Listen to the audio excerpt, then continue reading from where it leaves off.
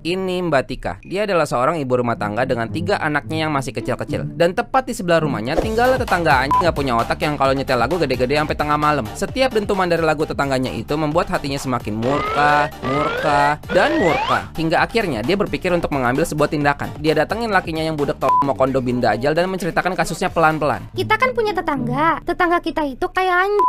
Nyetel lagu gede-gede tengah malam sampai akhirnya anak-anak kita, anak saya dan Anda, mereka tidak bisa tidur. Apa yang harus kita lakukan? Dan jawaban dari laki budak mau kondo bin dajal ini adalah, ya udahlah, biarin aja. Bener, itu baru budak mau kondo bin dajal. Mendengar perkataan demi perkataan lakinya itu membuat hati Mbak Tika semakin murka, dan murka. Karena merasa tidak didengar oleh suaminya dan merasa kayak bukan istrinya juga, dia bingung dia harus cerita sama siapa. Lalu dia berpikir, sampai akhirnya dia tahu siapa yang pasti mau dengerin cerita dia. Dia ambil HP dia buka aplikasi WhatsApp, dia tulis di statusnya begini. Kesian banget ya kamu Ade, susah tidur soalnya ada orang gila setel lagu keras-keras tengah malam. Tiba-tiba hati dia senang karena akhirnya ada yang dengerin cerita dia. Sejak saat itu, ngeluh di status WhatsApp jadi hobi utamanya Mbak Tika. Siapapun yang nyolotin di mata dia pasti udah pernah mampir di status WhatsApp dia, tidak pandang bulu teman anak dia. Habis main sama anak depan warung kok pulang-pulang kamu bisa ngomongin Cina, aduh mesti jaga betul-betul pergaulan anak kita nih. Saudara dia baru beli mobil langsung norak, biasalah orang kaya baru. Dan tetangga dia lagi. Mungkin dipikirnya depan rumah orang tuh tempat sampah kali ya. Enak tuh buang sembarangan depan rumah orang. Tanpa dia sadari, dia udah nyandu pak, udah kayak lagi makan narko. Suatu hari dia dikejutkan oleh sebuah kejadian yang dia nggak pernah sangka-sangka bisa terjadi. Ketika dia lagi ngeliatin anaknya main depan rumah sama temennya, tiba-tiba emaknya datang. Udah yuk Dek, jangan lama-lama main di sini.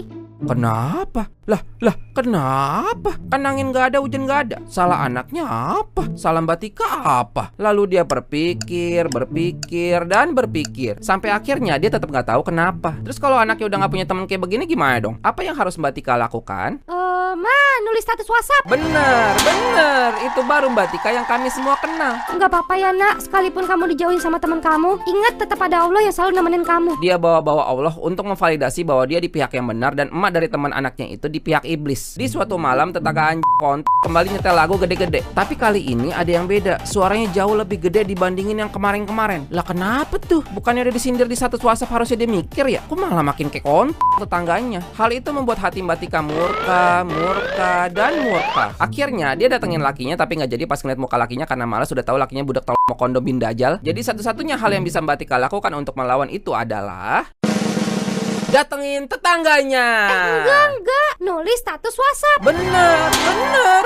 Sabar ya Adek, mudah-mudahan sampai jam 12 suara dari setan-setan udah hilang. Kali ini dia mau pastiin bahwa tetangganya atau minimal bini tetangganya itu baca status dia dan yes, kelihatan dibaca sama bininya. Artinya tetangganya mikir dong, tahu diri dong.